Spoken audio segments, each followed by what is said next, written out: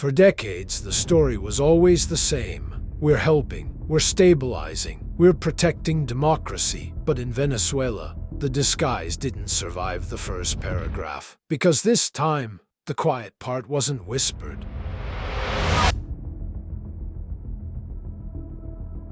Today isn't about whether you like Nicolas Maduro.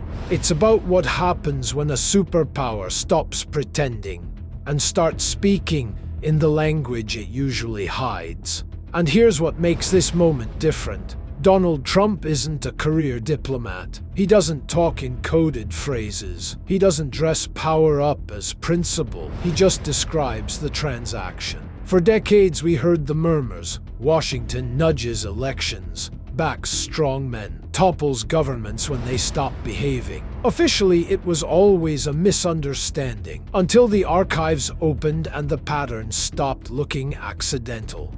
What feels different now isn't the behavior, it's the lack of disguise.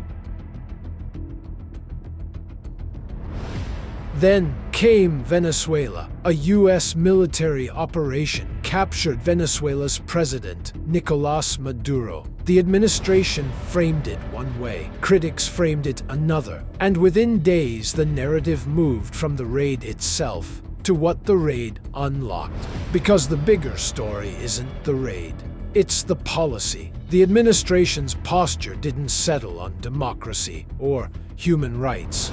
It settled on control. Control of oil flows, oil sales, and oil revenue.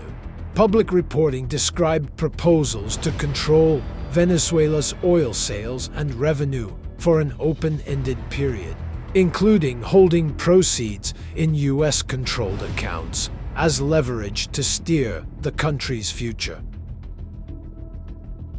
When the remedy becomes open-ended control of another country's primary export revenue, that's not law enforcement. That's management by superpower. Whoever holds the money holds the future.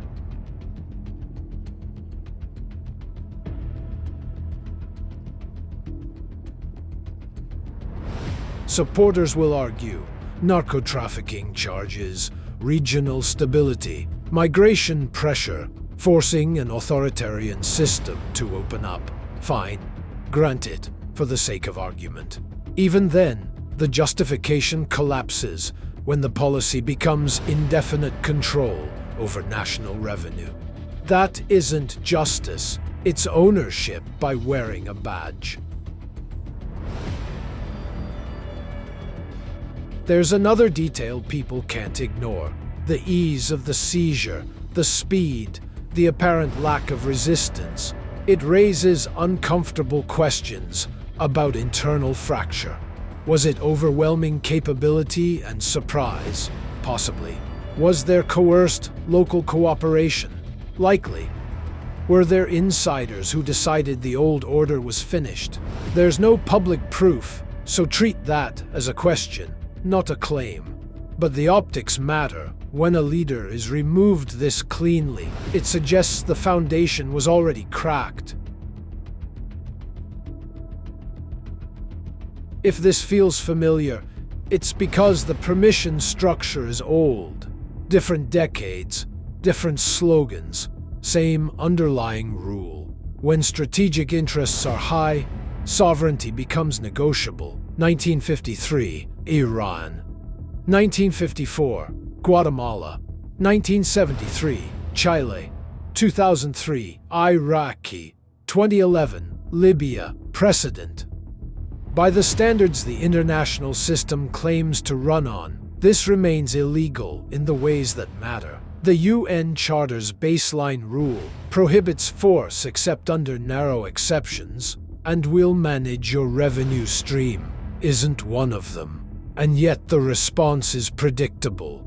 Meetings, condemnations, warnings, and then the facts on the ground move on. Because enforcement isn't a legal function, it's a political one.